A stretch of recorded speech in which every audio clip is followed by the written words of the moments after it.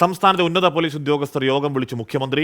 മറ്റന്നാളാണ് യോഗം. സംസ്ഥാനത്ത് ഗുണ്ടാ ആക്രമണങ്ങൾ ഉൾപ്പെടെ വർദ്ധിക്കുന്ന പശ്ചാത്തലത്തിലാണ് നീക്കം.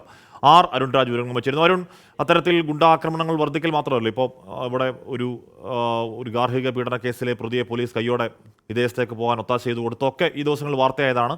സമഗ്രമായി ഇടയ്ക്കിടെ ഉണ്ടാവുന്ന യോഗമാണെങ്കിൽ കൂടിയും ഈ ദിവസങ്ങൾ കേട്ട വിവാദങ്ങൾ ചർച്ചയാകുന്ന യോഗമാകുമോ അത്, അരുൺ?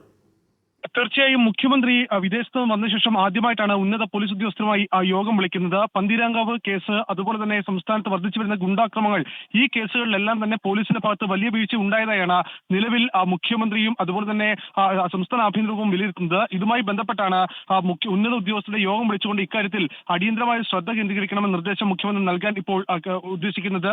സംസ്ഥാനത്തെ ഉന്നത പോലീസ് ഉദ്യോഗസ്ഥർ എല്ലാം തന്നെ ഈ മാസം 28-ന് വിളിച്ചിരിക്കുന്ന യോഗത്തിൽ പങ്കെടുക്കണമെന്ന നിർദ്ദേശം മുഖ്യമന്ത്രിയുടെ ഓഫീസിൽ നിന്ന് നൽകിയിട്ടുണ്ട്. മുഖ്യമന്ത്രിയുടെ കോൺഫറൻസ് കോളിലായിരിക്കും യോഗം നടക്കുക. സംസ്ഥാനത്തെ ക്രമസമാധാന നില കൂടുതൽ മെച്ചപ്പെടുത്തുക അടക്കമുള്ള സാഹചര്യങ്ങൾ ഉണ്ടാക്കുക, ഈ ഗുണ്ടാക്രമങ്ങളിൽ ശക്തമായ നടപടി സ്വീകരിക്കുക എന്നീ കാര്യങ്ങളിലാണ് പ്രധാനമായി ശ്രദ്ധ കേന്ദ്രീകരിക്കുന്നത്. ഓക്കെ, അരുൺരാജാണ് ഉന്നത പോലീസ് ഉദ്യോഗസ്ഥർ യോഗം വിളിക്കുന്ന മുഖ്യമന്ത്രി. അത് ഇടയ്ക്കിടയ്ക്ക് ഇങ്ങനെ പോലീസിനെതിരെ വിമർശനങ്ങൾ കൂടുതൽ ശക്തമാകുമ്പോൾ വിളിക്കാറുള്ളതാണ്. അതുപോലെ ആവാതിരിക്കട്ടെ എന്നേ പറയാനുള്ളൂ. വിധി ദിനത്തിൽ 24 മാജിക് ജൂൺ 4 ചൊവ്വാഴ്ച രാവിലെ 5 മണി മുതൽ 24-ൽ.